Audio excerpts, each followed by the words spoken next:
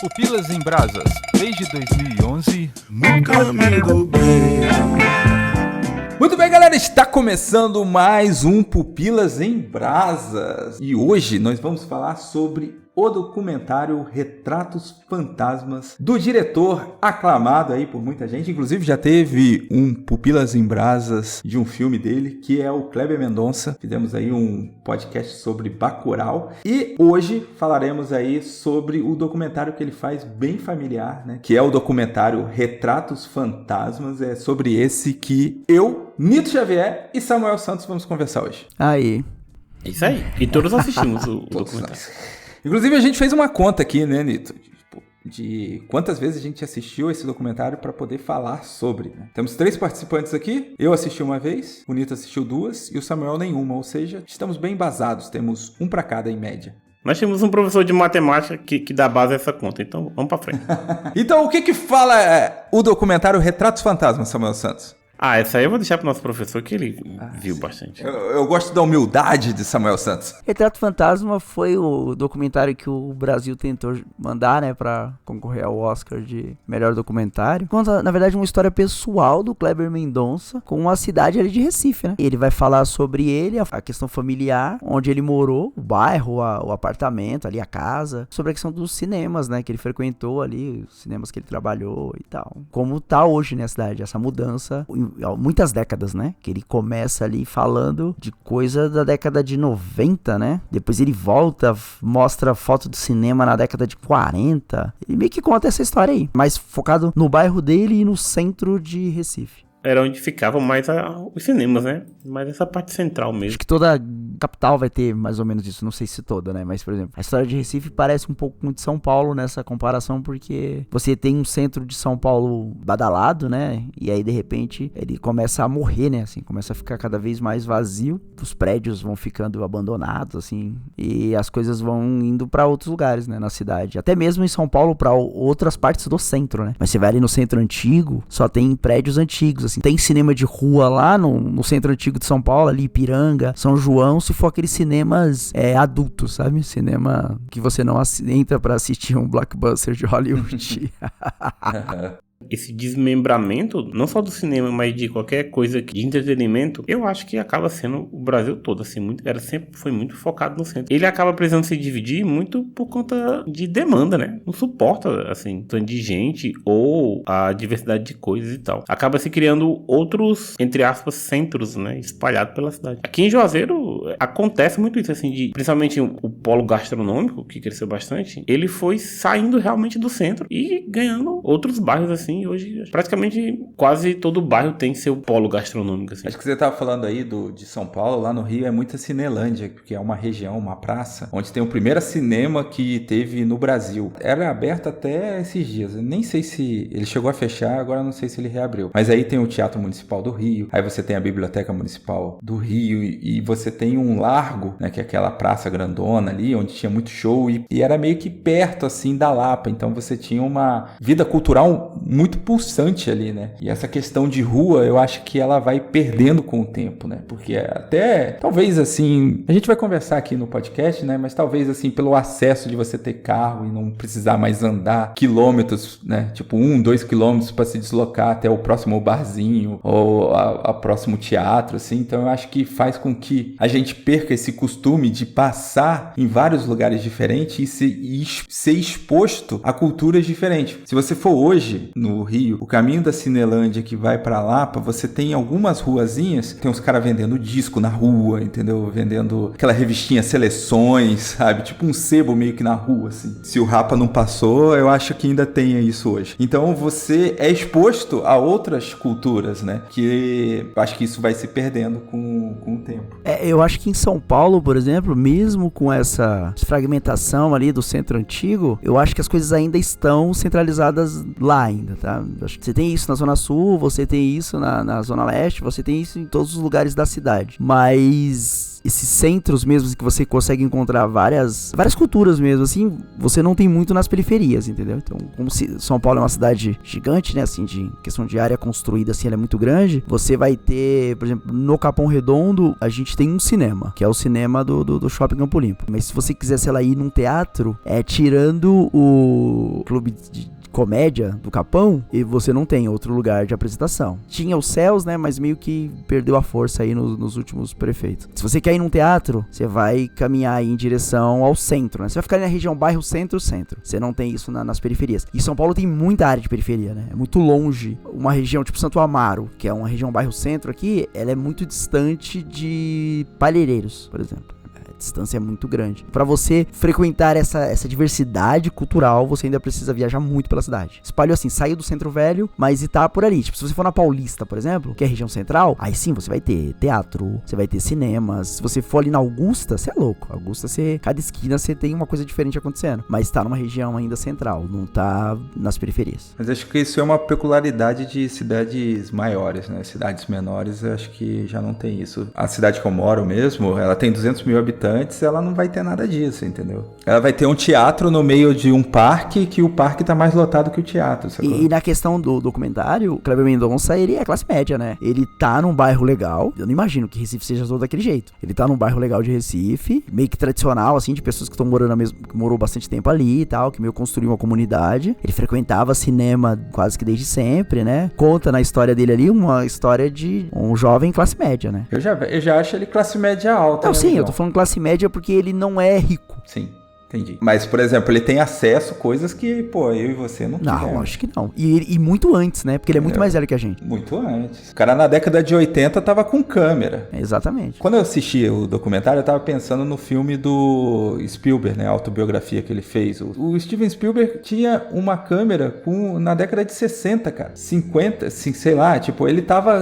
As primeiras câmeras estavam sendo feitas, ele já tinha uma na mão. Então o acesso era completamente diferente. Até essa questão cultural, que eu acho que a gente tem mais acesso hoje. Eu, por exemplo, com 12, 10 anos, tipo, eu acho que eu tinha um CD na minha casa e era isso, entendeu? E você ouvia a exaustão. Nem era CD, era vinil, né? E você via a exaustão. A gente gravava fita cassete da rádio pra poder ouvir depois. Ainda vinha com a vinheta da rádio no meio da música. Exatamente. Transamérica. 89, a Rádio Rock, no meio da música da Legião. E quando eles não fazem aquelas vinhetinhas no ritmo da música. Tem um paralelo ali no documentário legal que o que vai acontecendo na segunda parte ali, quando ele fala dos cinemas, aconteceu no bairro dele. Uhum. A fotografia do documentário é bem legal, assim. Acho que a fotografia conta muito, assim. Se você esquecer a narrativa dele e fica prestando atenção, porque tem um narrador em off, né? Que é ele mesmo. Se você prestar atenção na fotografia, você vê como vai mudando o bairro, né? Numa das últimas fotografias que ele mostra ali, é muito prédio em volta da casa, né? É meio que resistência mesmo, né? As casinhas que ficaram ali, tipo assim, questão imobiliária foi mudando e, tipo, ficaram algumas casas, que eu acho que é a história que é contada no Aquários, né? Aquários é sobre isso, né? Sobre aquela especulação imobiliária de comprar as coisas antigas e alguém que fala, não quero, eu quero continuar aqui e ter a minha vida do jeito que ela era. E aí vem essa ideia dos prédios acontecendo. O tom do documentário, Samuel, é um tom, assim, de decadência. Então, como o Nito falou, na primeira parte ali, existe a decadência ali da casa dele, na verdade, do que é ao redor, né? Porque ele até reforma a casa, mas a casa ainda continua com aquela cara assim de tipo presa no tempo enquanto tudo tá mudando ao redor. Sim, a casa dos vizinhos quando os gatos invadem, tem todo um negócio.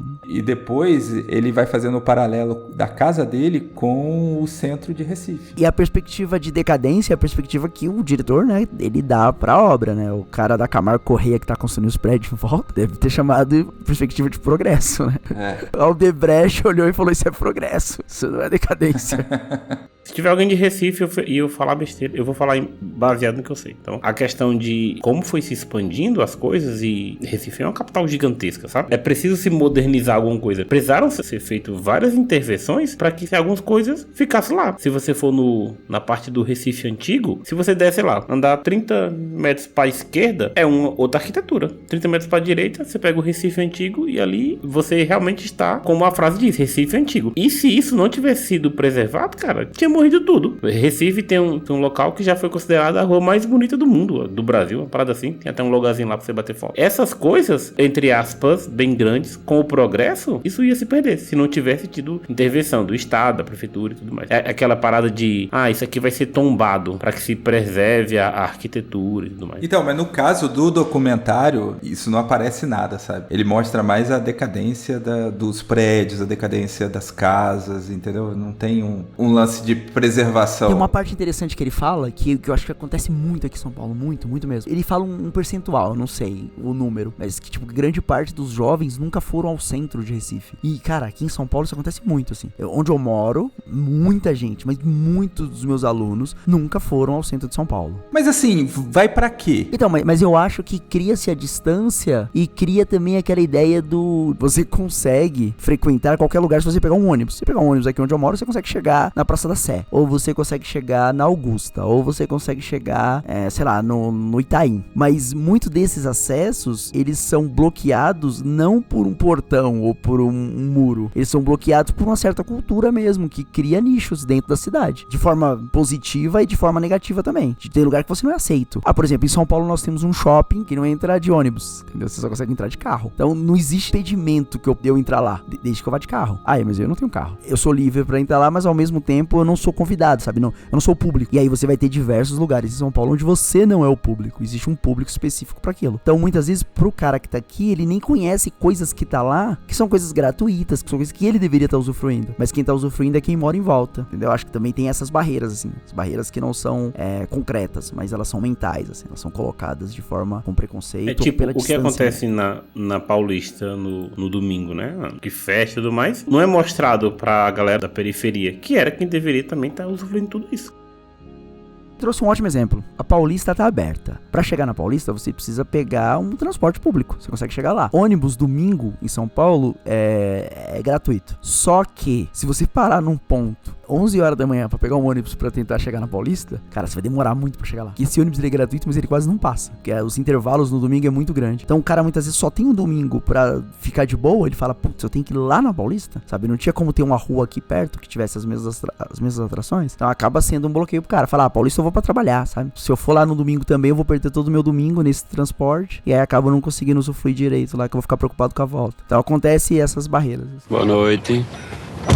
Boa noite. Tudo bom? Eu acho que o documentário ele traz um chamado sensorial, sabe? Porque tem muitas coisas que a gente passa, que a gente até se incomoda, mas aquilo faz parte da nossa construção e depois a gente sente falta. No meio do documentário, ele reclama que o cachorro do vizinho sempre late e acaba atrapalhando as produções audiovisuais que ele fazia. Só que ele fala num tom saudosista, como se ele sentisse agora a falta do som do latido do cachorro. É muito louco isso daí. É isso mesmo. Então, tipo, quando ele tá andando assim, e aí ele tá lá no centro de Recife e tal, eu acho que ele traz essa parada de, tipo, tinha os incômodos, tinha as coisas ruins, mas também você via muita coisa maneira, você era exposto a coisas completamente diferentes, que se você não passasse por ali, que você não passasse por cima desses percalços, você não conseguiria encontrar com aquele taxista que tem umas histórias muito loucas que fica invisível na tua frente. E esse papo do taxista no final é maravilhoso, né? Que ele representa isso daí, né? No final, Samuel, ele pega um Uber e aí ele coloca vários lugares diferentes pra ele passar, pra ele dar uma embaralhada no Uber, porque senão o Uber sempre manda ele pelo mesmo caminho. E ele não quer ir pelo mesmo caminho porque ele quer ir por outras ruas, sentir outras ruas, descobrir outras ruas. E aí ele vai conversando com esse cara do Uber. E aí o cara do Uber, ele começa a contar umas histórias muito loucas, e aí ele diz que ele tem um super poder de ficar invisível a hora que ele quer, mas não só na hora que ele quer. O cara, assim, meio pancada, tá ligado?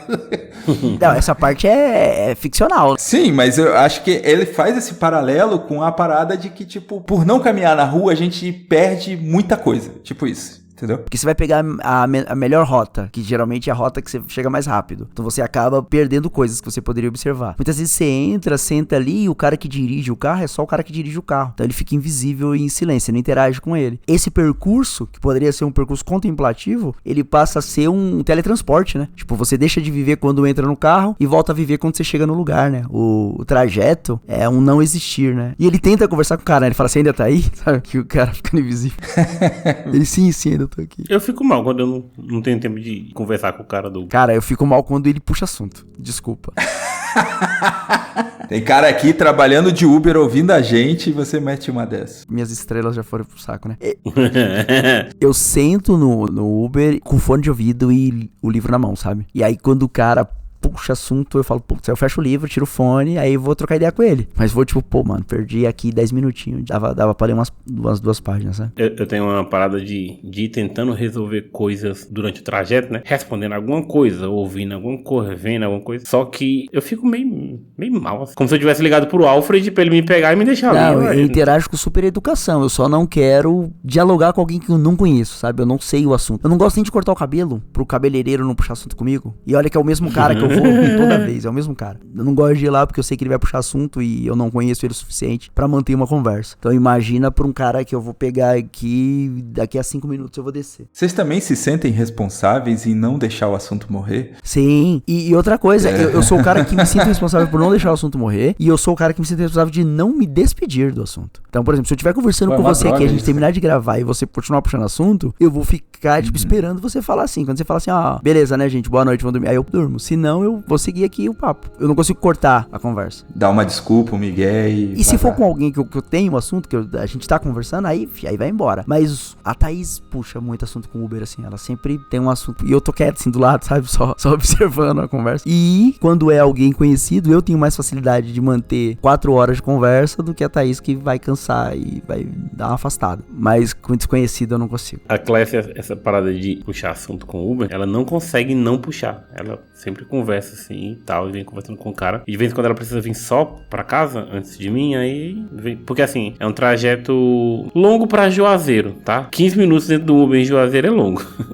E aí Clécia perdeu a oportunidade. Porque assim, você nunca termina de conversar com o Uber e falar assim, ei cara, vamos marcar aí pra gente terminar essa conversa. Né? Você nunca faz isso. E aí um belo dia, Clécia tava até com minha mãe, entraram no Uber, e aí ela reconheceu o cara. Oi, fulano. Aí ele, opa, tal. Aí ela, tá lembrado de mim não, né? Aí ele falou assim, não tô lembrado. Aí ela disse, eu sou amiga de fulano. Aí falou o nome da amiga dela, que era ex do cara. Putz. Aí ele olhou assim e os olhos ficou cheios d'água, sabe? E aí ele falou assim, não, escuta, que vai por um caminho que vocês não estão esperando. Ele pegou e disse assim, fulana é uma pessoa que todo mundo diz que é muito importante pra mim, mas eu não lembro dela. Eu sofri um acidente. Putz. E eu perdi 15 anos da minha memória. Putz. Aí Clécia, não, ele foi aí mostrou a cicatriz na cabeça e ele dirigindo assim, aí eu fiquei 3 meses em coma, não lembrava de nada, não lembrava da minha família, fui lembrando aos poucos, mas de 15 anos pra trás do meu acidente eu esqueci todo mundo, não lembro de ninguém, e aí foi não consegui gostar dela, isso aqui, e aí Clécia foi assim e perguntou pra ele sobre a experiência de quase morto, e a Clécia perguntou pra ele como foi, não, aí ele disse, enquanto eu estive em coma, eu meio que morei com tipo um monge, e ele me levou em espírito pro tipo um local assim meio oriental, e ele me explicou. O Batman. E aí ele me falou sobre perdão, sobre ser leve na vida, amar as pessoas, e todo dia ele me ensinava uma lição, e até que um dia que ele me disse que tinha chegado a hora de voltar. Aí foi quando eu acordei do meu coma. Aí eu, puta que história massa. Amor, disse que tu pegou o telefone desse cara porque eu quero tomar um café com esse cara. Ela disse, não peguei o telefone dele. Eu disse, Clécia, pelo amor de Deus. Dá pra pegar o contato com o Uber, né? No histórico ali, dá pra ser. As últimas corridas. Entrar em contato com... Aí ele falou, né, que não, e a gente meditava todo dia. E ele me falava sobre a vida. Pô, a mente dele levou ele pra um lugar da hora, assim, de conforto, né? Total, cara. Eu fiquei muito curioso pra saber como é que foi isso, tá ligado? Foi o Uber mais louco que ela já pegou na vida dela. Então, podia estar nesse documentário aí do Cleber. Mas o que é retratado, né, a questão do documentário, é meio que é retratado no que a gente falou mesmo, né? De toda a cidade, assim, de porte médio grande, isso vai acabar acontecendo, né? Do centro ser um pouco abandonado, por N motivos aí, cada um por um motivo diferente, por essa coisa chamada de progresso, né? Vai aparecendo. É meio o que acontece, sei lá, nas obras de fantasia, quando você coloca como inimigo o cara que vai cortar as árvores, né? Tipo, o Senhor dos Anéis, assim, o cara tá chegando o progresso. Então ele vai matar a minha vida da forma forma que eu conheço. Tá chegando o que as pessoas chamam de progresso. Então vai matar o meu bairro, vai matar a minha cidade e vai transformar numa coisa fantasma, né? Você tem os prédios, você tem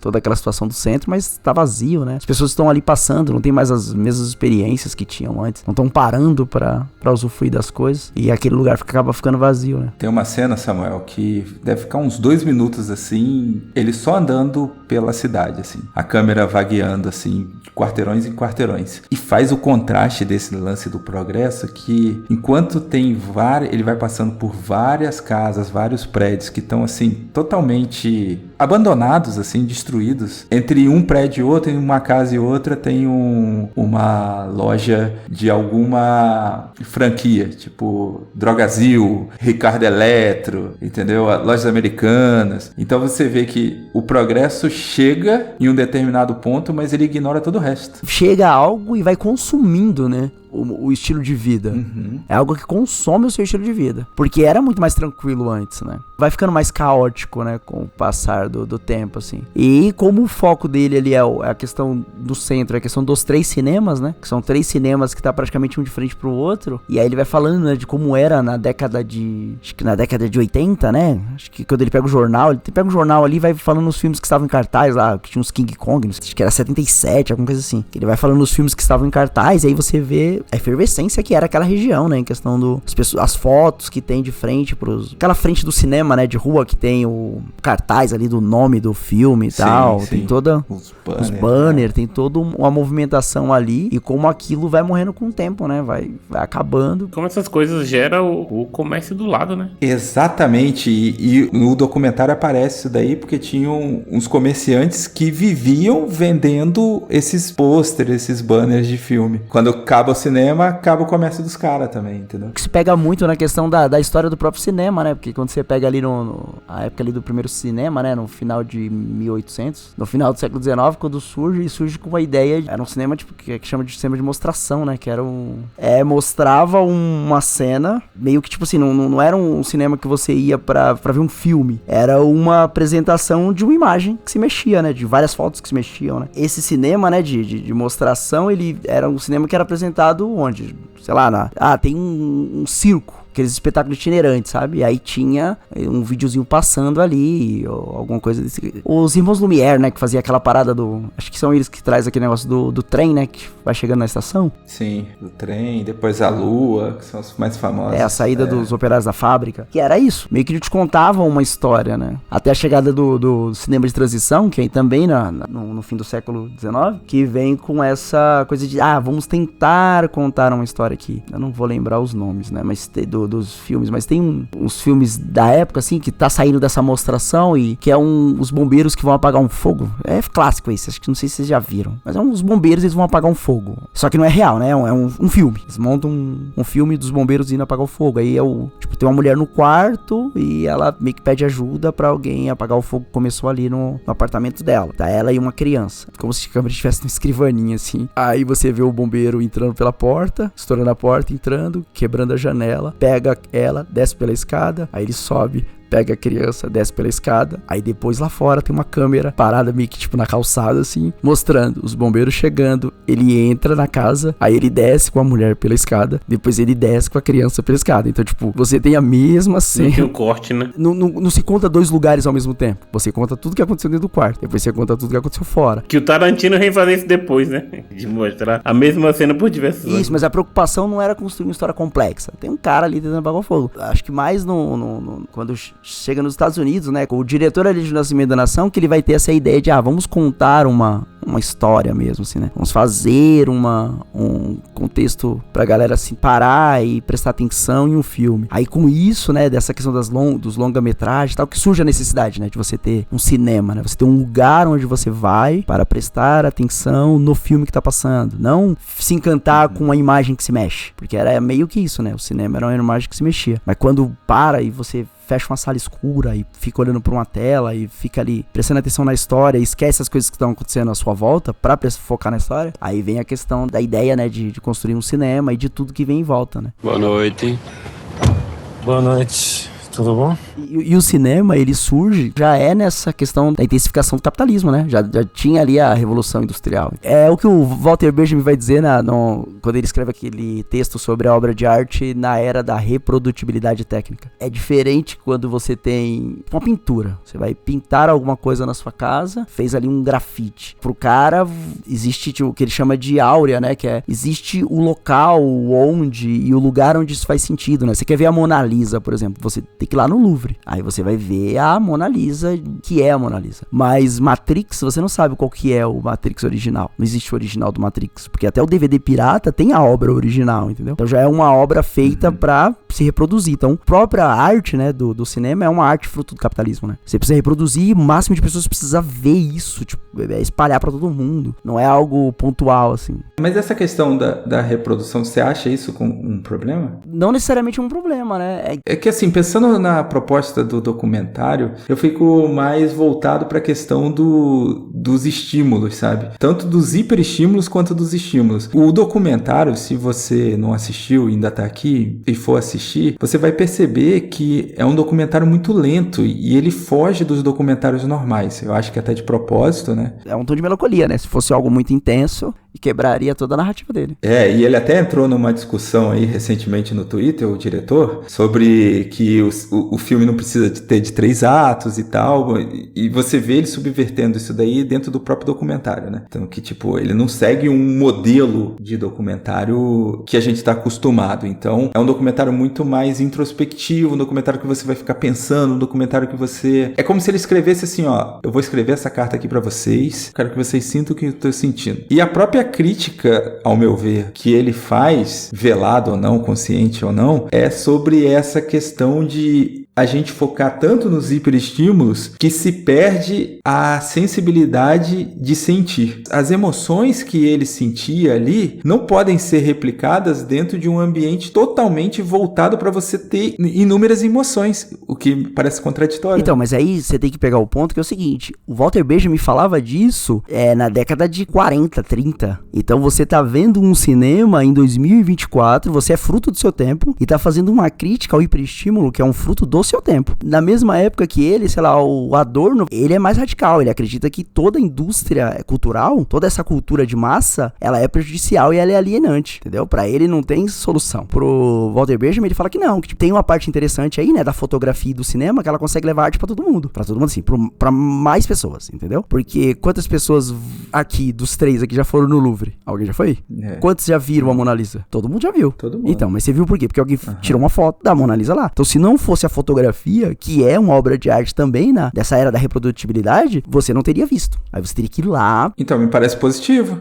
Mas ela não é somente positiva. Ela também é alienante. Porque quando você fala do hiperestímulo, aí a gente vai entrar numa treta aqui que eu não quero entrar. Eu vou citar só. Nós não vamos entrar nisso.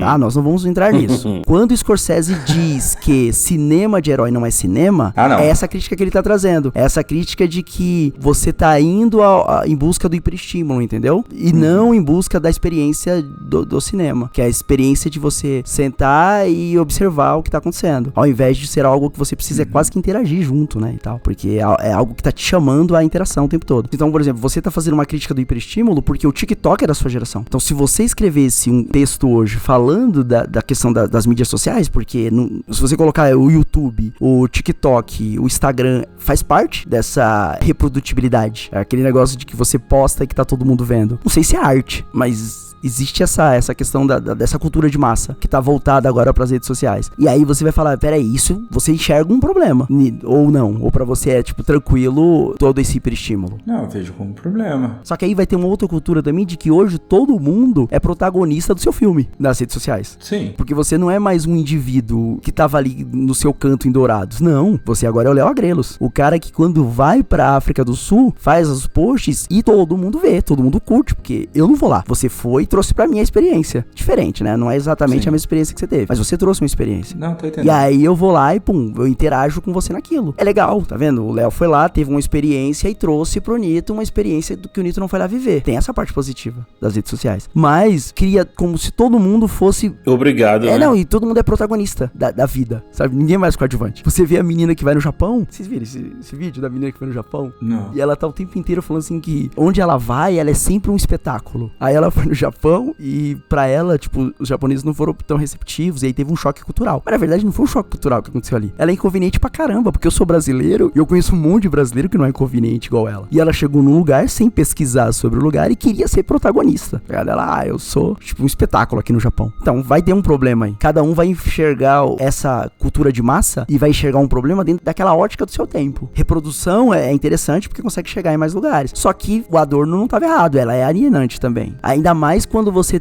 entra num cinema, hoje em dia, e você vê que, tipo, todos os filmes em cartaz são basicamente o mesmo, só troca o nome dos personagens. Porque existe a coisa que você gosta e você vai sempre buscar aquilo, e aí você acaba não tendo uma variação de... É o filme de algoritmo, né? A Netflix faz isso. Sim. Se você gosta de um filme e deu um like no Netflix, esquece. Eles vão te jogar 15 iguais e aí você vai ter um monte de opções da mesma coisa. Beleza, é legal. O Netflix sabe o que eu gosto e eu pago pra assistir o que eu gosto. Mas eu não tenho acesso a mais nada, porque eu só vou assistir aquilo. E você fica, às vezes, até focado com uma ideia que já talvez seja até ultrapassada, né? Sim, você não tem outras expectativas, né? Só sempre aquela de... Você não fura a bolha, né? Isso nunca. Você fica só dentro da sua bolha. Isso nas redes sociais, isso nos streams, né? E aí a questão... Isso em tudo. E essa questão da evolução do lugar do cinema, é que esse cinema, o que acontece ali no documentário, é que ele perde até o local, né? Esse local, ele é incluído dentro de uma outra gama muito maior de comércio. Porque o cinema não fica no térreo do shopping. Alguém conhece algum lugar onde o cinema fica perto da entrada no shopping? Não, você tem que passar por todos os lugares, porque o cinema é o fim, né, da maioria dos shoppings, né? O cinema ou a praça de alimentação, né, que geralmente estão perto. Por exemplo, quando eu penso em ir no cinema, eu penso que eu vou no cinema, eu vou assistir o filme e vir embora, porque é mais ou menos isso que eu faço, assim. Agora, por exemplo, se for eu e a Thaís no cinema, provavelmente a gente vai chegar no cinema,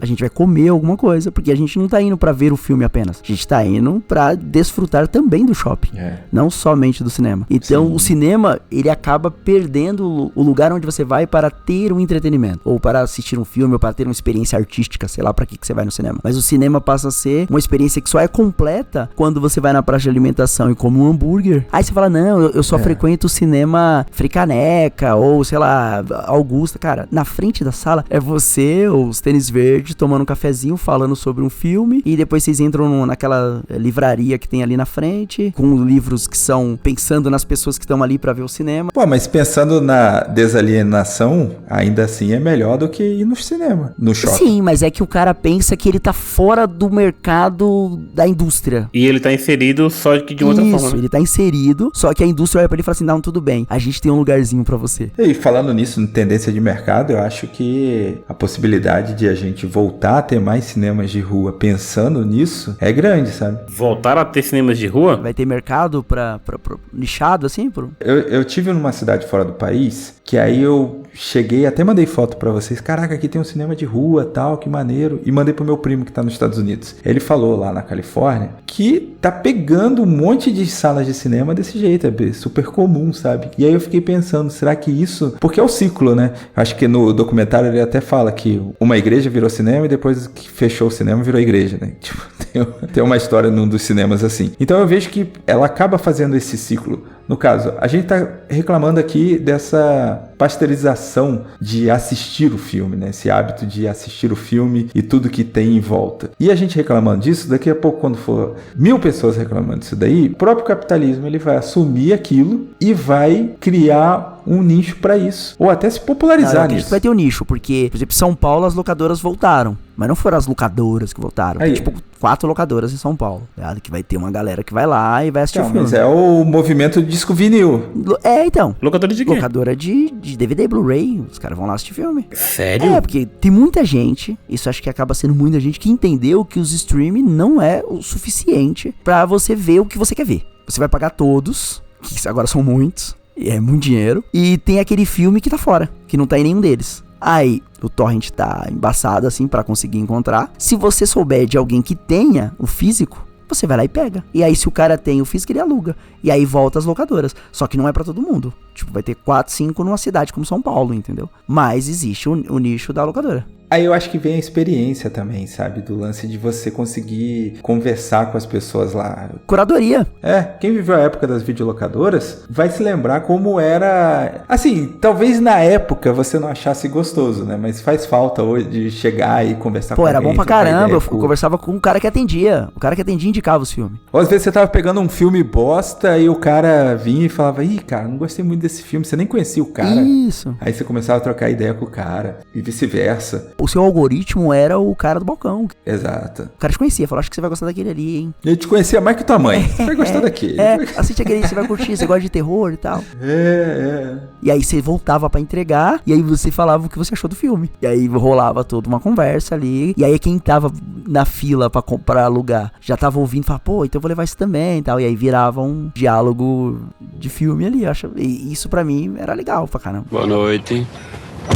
Boa noite. Tudo bom? O documentário traz esse saudosismo de que cada loja que ele entrava, que ele tinha experiência, você tinha a personalidade do dono da loja muito na loja, né? É diferente de você entrar numa Casas Bahia, que é sempre tudo igual, Sim. uma loja americana é sempre tudo igual, Sim. né?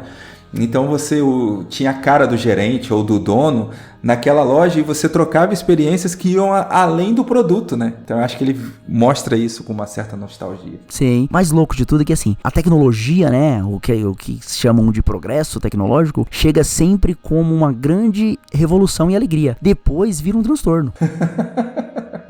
Vamos falar da Netflix. Eu assinei Netflix em 2012. Cara, tinha pouquíssima coisa. Eles não produziam nada. Era só o que eles tinham lá no catálogo. De filme ruim, série ruim. Era assim.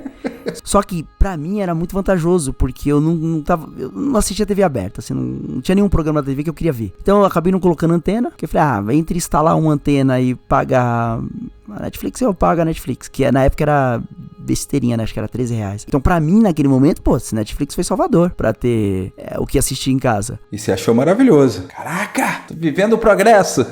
E a gente falava da Netflix quase como uma propaganda. Mano, a gente fazia propaganda pra empresa. A gente militava. A Netflix me ensinou a não elogiar empresa, porque depois você vai virar um mal na sua vida. Hoje, a Netflix é um mal, cara, porque ela trouxe uma ideia que é sustentável pra ela e pros grandes estúdios. Tanto que, você tá vendo que Disney teve problema de manter um streaming, né? Uhum. E agora tá juntando tudo ali, se contorcendo, tá conseguindo. Aí você vai ver que a Max é bem mais ou menos. Aí a Amazon se mantém, mas não é a Amazon Prime Video, né, que mantém aquilo. É porque é um grande conglomerado, né? Tá dentro do guarda-chuva da Amazon. Mas quem não tiver dentro de um grande guarda-chuva não vai se manter. E aí a gente vai ficar, no final das contas, com um monopólio de 3 empresas aí. Se a Netflix conseguir se sustentar, né? A gente acredita que sim, porque ela ainda continua sendo a maior depois desse tempo todo. Mas assim, se algum momento ela fraquejar, vai ter alguém ali, por exemplo, a Apple TV. Você acha mesmo que é aquele conteúdo da Apple TV que se sustenta? Não, né? Tá dentro de um outro guarda-chuva. Hoje é quase insustentável pagar essas empresas de streaming aí. Impossível você ter todas. O torrent vai voltar a ficar forte, o IPTV, tá ligado? Volta a pirataria, que praticamente tinha morrido com a Netflix. Aí agora a pirataria volta. Com a dificuldade da pirataria, tem lugar que tá recorrendo a assistir filme alugando em Blu-ray. E se você não consegue sustentar o seu consumo, assim, você tá começando a ver com comercial. Os caras olharam e falaram assim, o Léo não tá indo no cinema assistir o filme. Ele tá assistindo os lançamentos da Netflix. O que a gente vai fazer pro Léo comprar, sei lá, uma Coca-Cola ou a calça da Renner? A gente precisa meter uma propaganda ali, tá ligado? Porque senão o Léo não consome. Isso abala o consumo no shopping. É muito louco isso daí, porque isso daí me remete ao Admirável Mundo Novo, né? Não sei se vocês lembram, mas tem uma parte que eles vão pro campo, eles vão pra praça, fazer alguma atividade ao ar livre. Aí o governo percebe que ir pra praça não era rentável. Eles tinham que ir pro campo, que era mais longe, porque aí tinha que pegar a condução, tinha que pegar ônibus e tal. Aí chega lá, a galera, sei lá, joga bola. Ah não, mas só bola? Então você tem que comprar a meia, você tem que fazer um jogo que se compre a meia, que se compre o tênis, que se compre outros acessórios para você poder jogar um jogo que era só uma bola. Então você já cria todo comércio por trás para sustentar aquela ideia. E aí você falando isso daí, eu fiquei pensando, né, que, cara, quando você ia na locadora, ali na frente tinha o carinha da pipoca, o carinha do algodão doce e tal, e uma coisa levava a outra, né? Hoje, você vê, com a Netflix, com as streams, ela impulsionou grandemente empresas como o iFood, por exemplo. O comércio local morreu em detrimento de multinacionais. A galera não quer mais sair, então tragam pra mim, né? Então uma coisa ela vai puxando a outra, né? Interessante. E outra, ele ainda tá cada vez mais assertivo, porque tá tudo ligado pelo teu e-mail, então ele sabe o que é que tu já tá vendo no Instagram, então ele te mostra a propaganda certa que vai jogar no YouTube. Ele tem cada vez mais controle, porque é o seguinte, como eu trabalho com marketing, eu sei que cada dia que passa, cara, a ideia é cada vez mais anunciar pro cara provável consumidor, sabe? Então ele não vai mostrar uma coisa pra você que você não vai comprar. Nem é mais interessante fazer isso hoje em dia. Então assim, é muito pela questão de como tá tudo ligado pelo teu e-mail, cara, tu tá cada vez mais sendo controlado e às vezes nem percebe. Não, e é maluco isso daí, cara, que os caras não estão usando nem mais, com todo respeito, Samuel, a profissão do merchandising, mas eles não estão usando nem tanto mais o cara do marketing. Eles estão indo na neurociência, cara. Tem neurocientistas focados nisso. E é muito louco porque agora os caras, eles não querem manipular a tua mente. Eles entendem o padrão da sua mente e, mediante a isso, direciona através do seu padrão. Isso é muito louco, né? Tem essa diferença, né? É até interessante notar a comparação de que quando vem um cara lá atrás do marketing, o lance da teoria da bala mágica, não sei se vocês lembram, que é o lance de que, eu coloco aqui um frame Jequiti e eu vou te vender mais Jequiti durante o meu programa, né? A teoria da bala mágica. Que o próprio cara desmentiu, né? Só pra encerrar aqui o papo de igreja, né? Isso era muito usado nas igrejas antigamente. Então o próprio cara desmentiu. Hoje, o cara fala assim, não temos que induzir você a beber algo. Nós vamos pegar o padrão, como que o seu cérebro, ele reage a um determinado padrão e, mediante esse padrão, usar o seu cérebro para ele mesmo chegar à conclusão que ele merece ou que ele precisa de tal coisa. Aí eu acho a teoria da conspiração. Não. Eu acho. Porque você dá essas informações. Eu sei que você dá essas informações, mas ele não vai conseguir te obrigar a uma coisa que você realmente não quer. Se você for propício, ok. Mas que não quer... Não, mas eu não falei de ser obrigado. Ele não é que ele vai obrigar. Ele está obrigando há muito tempo, assim. A gente tá falando de uma tecnologia nova, mas padrão de gosto sempre foi feito. Por isso que eu digo que algumas coisas tem que ser... Não é nem que vai ver na sua mente pra que entenda como é que é o seu padrão e pega aquele produto e bota dentro do seu padrão. Não, se você não for propício a comprar um produto, você não vai comprar. Ah, não sei. Pode ser sugestionado. Não, você pode ser sugestionado. Você pode virar a estatística até do que não fazer. Ó, pronto, já sei que você pode virar a cobaia. Pronto, esse grupo aqui não compra. Mas se você não tiver propício... Mas deixa eu dar um exemplo aqui bem grosso. Eu tenho 36 anos. Eu nunca botei uma gota de álcool na minha boca. Então, por mais que eles tentem encontrar a forma de como que meu cérebro entende coisas boas pra tentar me vender alguma coisa alcoólica, não vai conseguir. Exatamente. Por entender que você não vai tomar bebida alcoólica, ele vai te oferecer outra coisa. Aí beleza, Samuel não bebe isso aqui, mas a gente pode vender outras coisas pra ele, beleza. Aí eu acredito, de entender o padrão. E quem vai avisar pra ele que você não toma álcool e prefere outra coisa é você mesmo. Sim, com certeza. É você que dá essa informação. Se você pensar, por exemplo, filme de herói é um exemplo legal aqui pra gente. É que todo mundo só falava disso, sei lá, 5 anos atrás. De filme de herói, todo mundo tava esperando o próximo que ia ser lançado. Eu conheço pessoas que não viram nenhum filme da Marvel. Tipo, o cara tem a minha idade e não viu nenhum. Falou, não acompanhei não curti. Mas ele tava numa outra pegada. Tinha um nicho pra ele lá. Ele tava assistindo uma outra coisa, tá ligado? Conheço pouquíssimas pessoas que não gostam, sei lá, de McDonald's. Mas, cara, se você me dizer que o McDonald's é o melhor lanche ou o mais gostoso que você já comeu, você tá maluco. Você tá maluco. A questão é que eu acho que, por mais que a gente tente fugir de alguma forma, não tem como. Eles construíram uma forma de nos vender as coisas que, se a gente criar uma nova forma de consumir, a forma de se vender as coisas vai tomar aquilo para si. Se a gente tinha essa parada dos cinemas e aí não era mais interessante e eles foram pro shopping e agora tem todos esses estímulos para que você consuma mais do que simplesmente ir no cinema, quando a gente criou a segunda coisa, que é ver isso em casa, eles disseram não, agora a gente tem que ir para dentro da casa da galera. Então eu sou do time que acha que isso não tem jeito. Se nós criarmos uma terceira ou quarta coisa, sei lá, para conseguir consumir isso, eles vão tentar influenciar vendas e tudo mais dentro dessa nova coisa. A nossa forma de consumir, ela precisa entender que não tem jeito para que você se divirta mais. Porque eu acho que se você ficar tentando evitar, você vai se irritar. Nesse seu ponto, eu posso fazer uma pergunta? Pode. Pensando assim, sempre foi assim? Na história da humanidade. Eu acho que sempre foi assim. Você acha que sempre foi assim? Eu acho que Você sempre. não acha que foi algo pós-revolução industrial e pós-cultura de massa? Porque eu acho que isso parte muito do egoísmo humano, sabe? Você acha que é inerente ao ser humano Eu acho que é inerente. querer comprar e vender coisas? Isso, eu acho que é. Transformar tudo em mercadoria? Uhum. Inclusive os outros. E aí eu acho que isso realmente se potencializou com essa cultura da massa. Gostei do termo. Boa noite. Boa noite. Tudo bom? Porque eu acho que não, eu acho que isso é cultural. Então, mas eu acho que assim, eu acho que não é algo que uma reforma mude. Eu acho que é mais uma coisa mais radical assim mesmo. De mexer nas bases do método que nós temos de produção, sabe? E de venda, assim. Eu acho que pós-revolução industrial as coisas foram feitas para serem vendidas e não para serem utilizadas. E aí, a partir do momento que você tem um raciocínio de que as coisas têm que ser vendidas e não utilizadas, você acaba perdendo o objetivo das coisas. Um exemplo banal é o exemplo de uma blusa, assim, sei lá. A C&A, ela produz um casaco pra quê? Não é para as pessoas ficarem quentes no inverno. Ela produz o casaco para vender o casaco. E eu acredito que não foi sempre assim, entendeu? As pessoas não produziam coisas para que essas coisas fossem vendidas. As pessoas produziam coisas para que elas fossem utilizadas. E em determinado momento, com essa reprodução, né, de larga escala e de industrial, isso passou a ser... O primeiro objetivo é vender. Quem compra se esquenta. Quem não compra, passa frio, entendeu? Até a questão da obsolescência programada é um negócio aí que acho que é década de 60 ou 70, que é justamente para que as coisas acabem, para que você possa continuar comprando. Boa, porque você vai ter tipo uma avó que tem um sofá que ela tinha em 1930 e a madeira do sofá tá impecável, né? Tipo, ela nunca mais comprou outro, sabe? Tipo, Então, se você tá com aquele mobzinho do ano e bate numa D20, coitado do mob, né? Vira uma casca de ovo. Os carros eles tinham outra utilidade, né?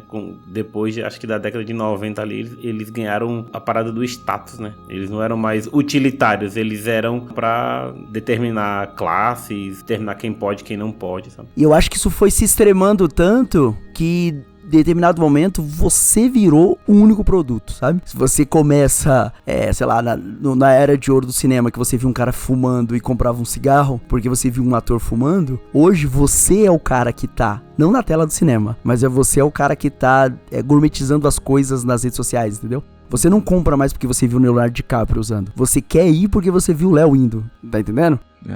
É o YouTube, vamos colocar o YouTube. O YouTube não produz conteúdo, o YouTube não produz absolutamente nada. Existem pessoas produzindo coisas e essas pessoas viraram o próprio objeto a ser vendido. É porque assim, por exemplo, você tá acompanhando o Léo, que foi pra viagem dele na África do Sul, e aí você começa a se envolver com as coisas, e aí o Instagram fala assim, eu acho que ele quer ir pra África do Sul também. Deixa eu mostrar aqui umas passagens de promoção e... Sim, sim. Mas assim, é que esse é um exemplo do Léo, né? Nosso amigo aqui que vai pra África do Sul. Mas quando o Samuel de manhã posta um café que ele tá tomando ali, ou o sapatênis dele lá, que ele fala que vai ter mais um dia de trabalho, o Samuel tá vendendo uma vida. Não é só o sapatênis ou o café, ele tá vendendo um estilo de vida. Isso, e aí eu, Nito, que tô impressionado com o estilo de vida do Samuel, que tipo, é mó legal, o filtro é bonito, umas fotos bem tiradas e vídeos bem feitos, eu acabo querendo comprar esse estilo de vida. Eu quero comprar o Samuel, porque o Samuel é a mercadoria, entendeu? E ele nem sabe que é mercadoria, isso que é uma merda. Isso, a maioria sabe, né? Mas... você não racionaliza quando você vai postar um negócio que você tá fazendo propaganda. É que nem o cara que ele tá numa festa, ele levanta cerveja pra tirar foto. Ele não tá fazendo propaganda da Antártica. E o Instagram, o YouTube, o Spotify, que você tá ouvindo a gente agora, eles estão ganhando muito dinheiro com uma mercadoria que são pessoas que não estão muitas vezes ganhando nada com isso. Estão só vendendo o estilo de vida. Não. Eles não estão produzindo nada? Sou eu que tô produzindo? Eu tô às 11 horas da noite, vocês estão à meia-noite do horário local, eles não estão produzindo nada, é a gente que tá produzindo. A gente tá produzindo. A gente tá 1h30 gravando aqui e a gente que tá produzindo. De graça! De graça. Pode parar. E ainda é engraçado como que você ainda pode vender uma imagem errada, né? Não, você só vende a imagem errada. Eu conversei muito com o Nito ano passado, quando eu estive em São Paulo, e em uma das nossas conversas foi assim, eu tinha uma impressão muito errada de você. Tipo assim, eu ainda tava vendendo uma pessoa errada pra Nito, entendeu? Sim, eu parei na escada. Eu achava que você era bem babaca, assim. Então. Sim. Eu- Aí eu disse, caraca, essa é a imagem que eu passo no Instagram, tá ligado? Que é uma pessoa babaca. Você é até legal. Você é até legal. Ele usou essa frase, Léo. Você é até legal. Mas eu acho que eu falei pro Léo também, não falei? Falei, pô, o Samuel pessoalmente é gente boa pra caramba. Ai, cara, muito bom. Mexeu, hein? Sentiu, Galvão? E aí faz parte do nosso protagonismo, né? Porque as redes sociais inflam isso. Tipo, nós somos agora as estrelas. As pessoas estão nos vendo. Não importa se é 20 pessoas, 10 pessoas. Tem alguém te vendo, sabe? Capaz de alguém te parar na rua ou te parar na igreja que você frequenta e te fazer perguntas sobre sua vida. Porque tá tudo ali, tá ligado? Você tá nas redes sociais e aí você acaba fornecendo todas as informações. E aí o que era o cinema? Que era só algo de você ver imagens numa feira. Passou pra um ambiente escuro numa calçada. Esse ambiente escuro da calçada foi pro shopping, onde você compra um monte de coisa antes de chegar na sala de cinema. E aí esse cinema agora é a sua vida, tá ligado? Sua vida tá exposta nessa reprodução de passa pra cima o vídeo e coisas desse tipo. E tá todo mundo preso na vida do outro, cara. A galera não tem mais paciência pra ver filme, a galera já não assiste mais filme. Filme de 2 horas é muito grande.